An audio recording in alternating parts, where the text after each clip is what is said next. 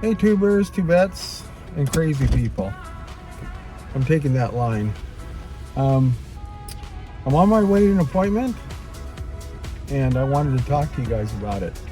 My channel for Pool Designer is not a channel to sell swimming pools or a channel to give out to customers, that kind of stuff. It's just a channel about you guys learning about the backstory to selling pools.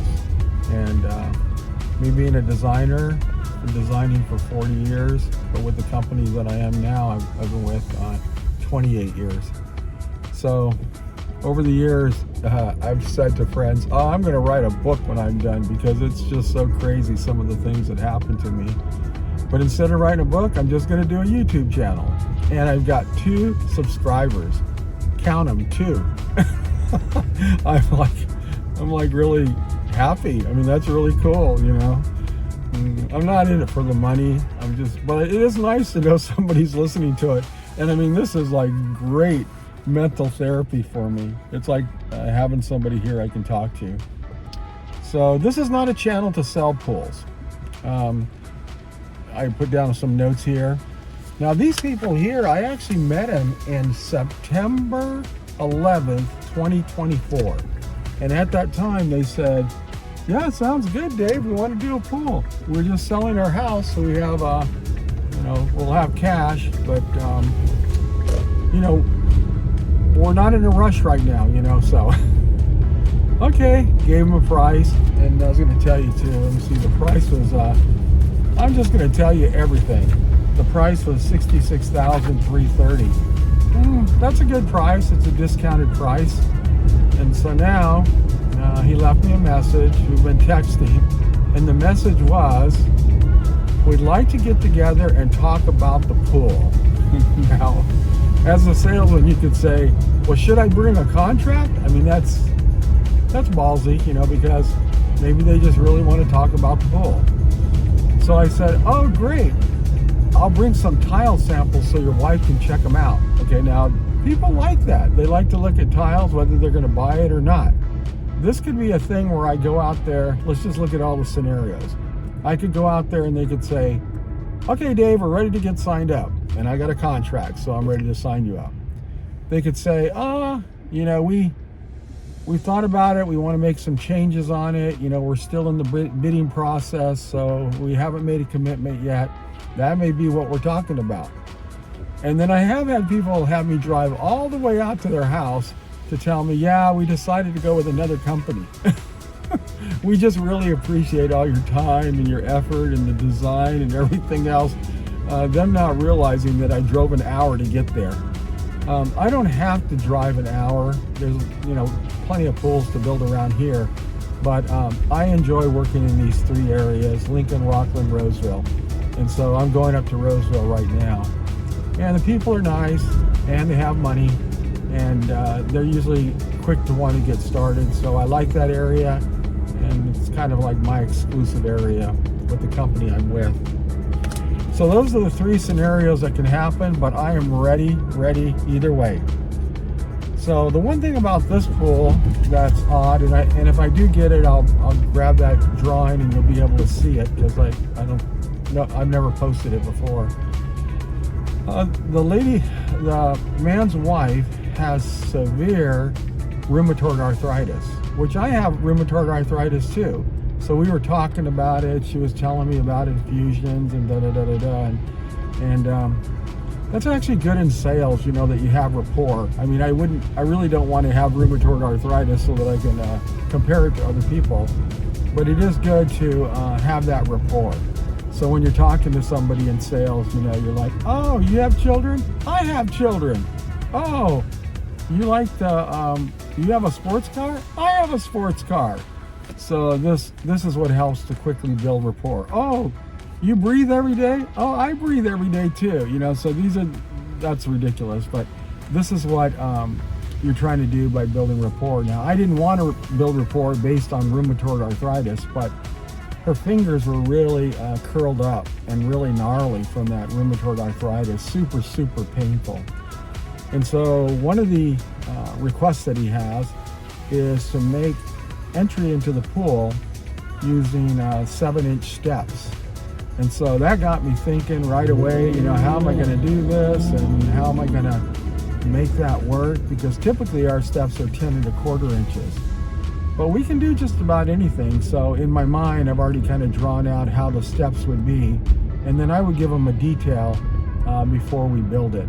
So I've got to go, what I'll be doing today is going back out there. I like to go over the bid again, to show them that this is the price that you got, back in September. The prices did go up. They kind of did. And but I can keep the price that I gave you in October. So that's an urgency technique to create urgency on it. And it did go up. It's just that our discounting is heavier, so it'll probably be about the same.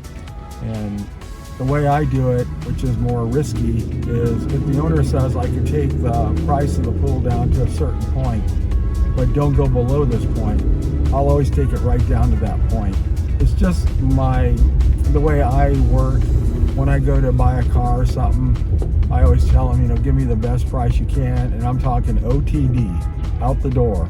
Have taxes, everything figured in it, transfer fees, everything. Because it irritates me when I get there and then they go, oh, here's another $5,000 for taxes. Well, I know I'm going to pay taxes no matter what, but that's the price you should have been giving me, because can I buy a car without taxes? No. Can I buy a car without registration? No. So same thing with us. I like to do it OTD, out the door. So I don't know what the scenario is going to be, but when I get out, I will report back to you and let you know what's happening on it. And then the last thing I want to do, I wanted to talk about, let's see, the prices.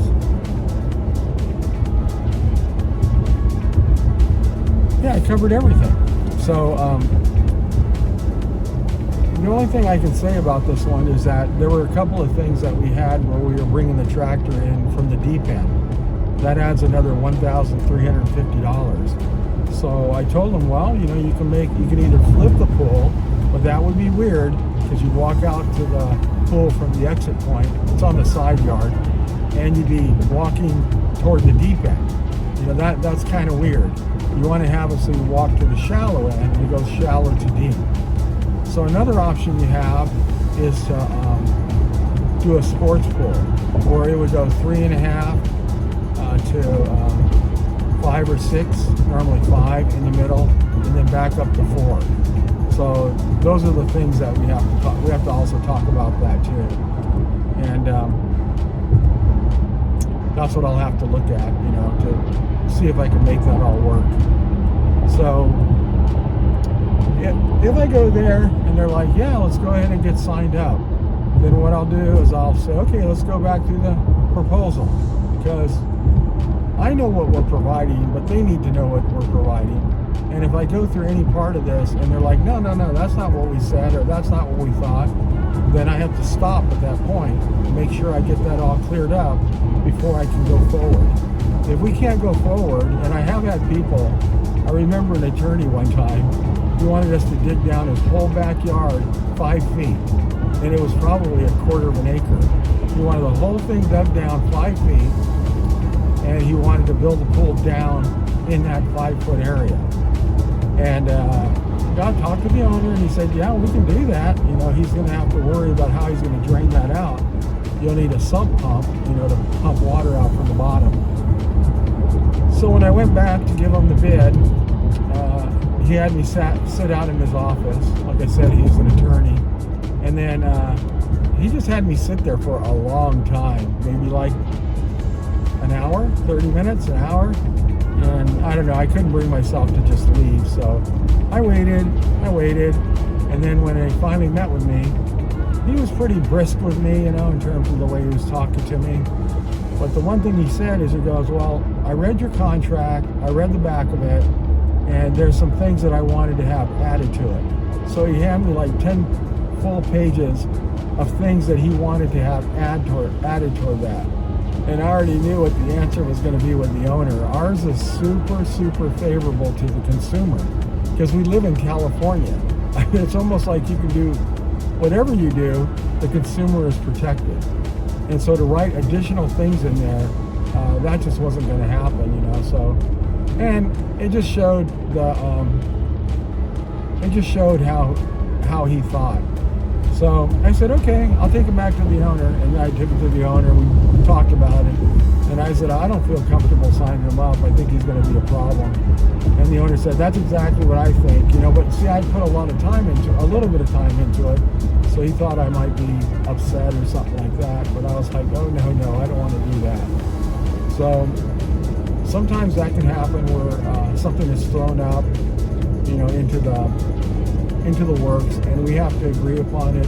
Sometimes if I can't make a decision, then I'll have to go to the owner with it.